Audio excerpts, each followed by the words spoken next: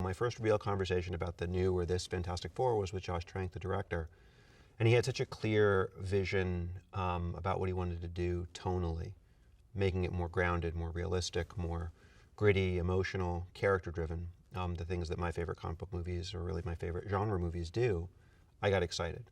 And so that was sort of the guiding principles with which we started this process. Started the script process, started the casting, started every element of movie making that was defined by and through this more grounded tone. Part of the approach with this Fantastic Four was for it to be an origin story of these characters where they get their powers for the first time. But, you know, there's a history that precedes this film for the characters, and in some ways for the sort of universes that they explore.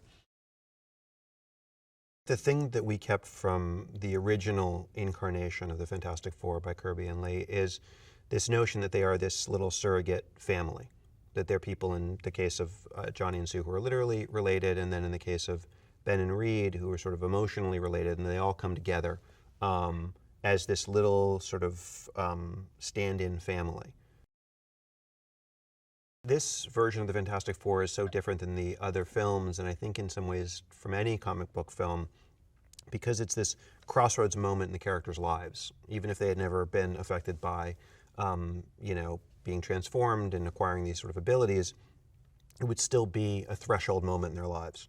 It's a coming-of-age movie that happens to be sort of hyper-dramatized by them acquiring powers, but it just as easily could have been about people in their early 20s who have to make the decision as to what they're going to do for the rest of their lives. Some go to college, some pursue different kinds of dreams, some give up on their dreams. It's this sort of threshold, fulcrum moment in a person's life. Reed Richards is one of the great minds of the comic book universe, and having written, you know, different versions of Charles Xavier, they're on par with one another. And I think the thing that makes Reed interesting to me in the different incarnations he's taken in the comics is that he's not so squeaky clean in terms of his ethics. He's an ethical person morally, personally, but because he wants to keep testing the boundaries of science and of the world in which we live, he sort of pushes past maybe where is prudent sometimes. What we love about Miles is that he has the intelligence you need for Reed Richards, but he also has some of the mischief, some of the sort of slightly darker edges, a little bit of the danger of a character who becomes more interesting because of that. And Miles has this just natural mischief to him. We started getting interested in the idea that you would have a Ben who turns into the Thing, but a Ben who's a slightly more gentle, a slightly smaller guy that's got a lot of bottled up energy and frustration and even anger that he's pushed way down because he's a bit of an abused child. And so when he turns into a monster, suddenly these things that he's sort of bottled up and pushed down can start to come out just a little bit. We wanted an actress who would feel intelligent, strong, a little bit mysterious, a little bit more powerful, actually, than the other actors, because we wanted it to feel not maternal, but empowered within the unit of the four. That in some ways she is the most mature of the four of them. The notion of a guy who can set himself on fire and fly is just naturally appealing, but also one who's sort of like a ladies' man and a little cocky, and all of those things conspire to him being the sort of movie star of the four as a character. And what's great about Michael is he can do all that stuff. Michael has the sort of cockiness and showman stuff. He can play all of that, but there is also, you know, again, like a sort of humanity and slight woundedness, vulnerability to Michael as an actor that brings more nuance and dimension to Johnny. So he's not just, you know, a flashy guy who can set himself on fire. Dr. Storm, as we've created him here, is a Nobel Prize winning scientific genius, who also really cares about being a teacher and helping kids.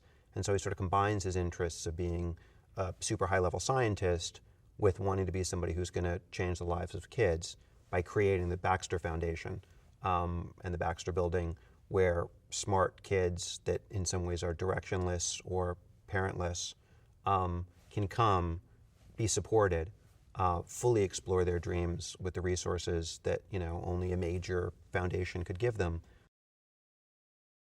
Victor is the sort of case study gone wrong. Victor is the student who was a wayward kid, a troubled kid, a broken home kid, a kid that lost his parents, with a brilliant, genius, off-the-charts level IQ. And Dr. Storm found him in an orphanage and brought him to New York and helped him direct his genius into productive projects. But there is a broken part of Victor that never heals and that never stops rebelling and breaking things. Part of the reason why Dr. Storm cares so much about Reed is that Reed is a second chance for Dr. Storm. He's another genius kid who didn't have the same struggles that Victor had as a child, but equally has a brain too big for our world. And for Dr. Storm, this is a chance to get it right. If Dr. Storm represents sort of hope and dreams and aspirations and thinking big, Elder represents sort of, sort of corporate greed and thinking smaller and squashing dreams or capitalizing them and turning them into product. It has superpowers and action galore, but that it is ultimately a movie about 5 people who come together and split apart and come back together.